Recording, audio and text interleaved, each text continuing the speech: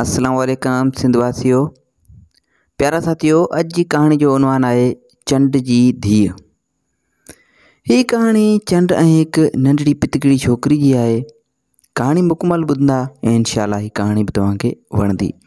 तव्हां ॾिसी रहिया आहियो आज़ाद व्यू यूट्यूब चैनल ऐं आहियां तव्हांजो भाउ आज़ाद मुख्तियार जरवाल।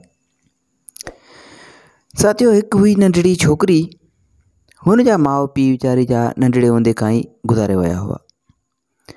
पोइ हू नंढड़ी वीचारी घर में अकेली रहिजी वई ऐं उन ही ॻोठ में उन ही शहर में एक शाहूकार माण्हू पुण रहंदो हो। हुनखे को औलाद न थींदो हो, सो हुन शाहूकार माण्हू हिनखे पंहिंजे घर में रहणु शुरू कयो ऐं पंहिंजे घर वठी वियो। जिते शाहूकार माण्हू हिन वीचारी खां तमामु घणो कमु पियो वठंदो हो ऐं हिनखे सॼे घर लाइ कमकार करणो पवंदो हो, पाणी भरणो पवंदो हो ऐं सॼे घर जे ॿियनि भातियुनि यानी शाहूकार, उनजी घरवारी, उनजे अम्मा ऐं अबे लाइ रध बचाव करणो पवंदो हो। ऐं जेको विच में वक़्तु मिलेसि थे उनमें वरी को न को शाहूकार उन खां कमु वठंदो हो। अहिड़ी तरीक़े सां हू नंढड़ी पितकड़ी सॼो ॾींहुं पोरे में लॻी रहंदी हुई ऐं उन सॼो ॾींहुं जे जफ़ाकशी जे एवज़ उनखे बसि ॿिनि वक़्त जी रुखी सुखी मानी पई मिलंदी हुई। रांदि रोंद परे जी ॻाल्हि थी, पर हुनखे खन पल आराम बि न थिए मिलियो। शाहूकार माण्हू बेहद चालाक ऐं बेरहम पुण हो ऐं हुनजी ज़ाल त वरी हुन खां ॿ रतियूं अॻियां हुई। बहरहाल नंढड़ी जा ॾींहं गुज़रंदे विया, वक़्तु गुज़रंदे वियो। हिकु राति जी ॻाल्हि आहे जॾहिं आसमान ते चंडु चमकी रहियो हो ऐं ॿाहिरि तमामु घणो सीउ हो। शाहूकार माण्हू जी ज़ाल हुन नींगरी खे पाणी भरे अचण लाइ चयो। ही ॿारड़ी पाणी भरण लाइ ॿाहिरि वेई। जॾहिं हू तलाउ वटि पहुती त सीउ खां हुन जा पेर पथर थी विया। पाणी बि सॼो ॼमियो बर्फ़ थियो पियो हो। नींगरी बर्फ़ जे मथीं तह में सोराख़ कयो ऐं पाणी जी बाल्टी भरे घर ॾे वापसि वरण लॻी। अञा घर जे वेझो ई मस पहुती। जीअं हुन दर जूं धिकियूं चढ़णु शुरू कयूं त पेर तिरकी वियसि ऐं सॼो पाणी हारिजी वियसि। पोइ त छोकिरी ॾिजी वई त हाणे हू छा करे।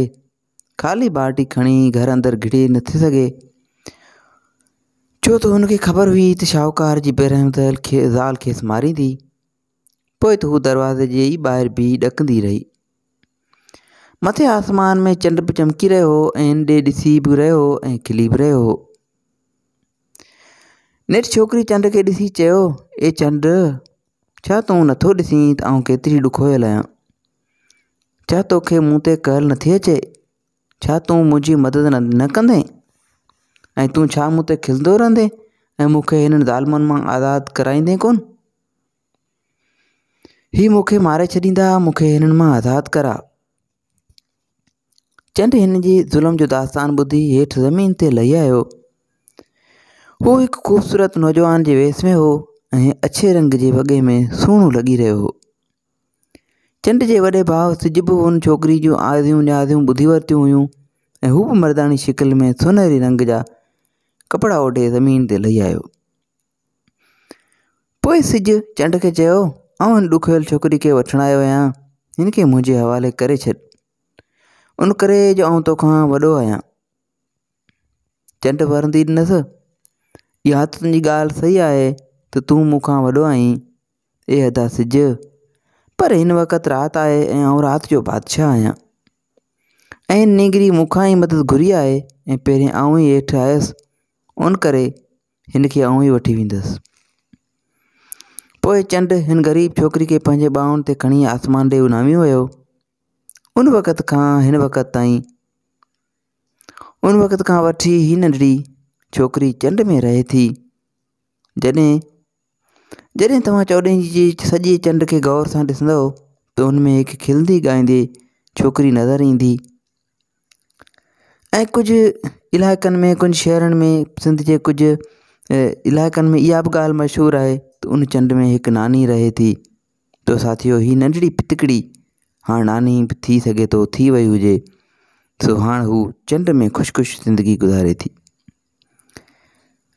सची उम्मीद आहे हीअ कहाणी तव्हांखे पसंदि आई हूंदी। हीअ कहाणी असां चूंड कई आहे किताब ॾाही झिरकी मां। उम्मीद आहे तव्हांखे पसंदि आई हूंदी।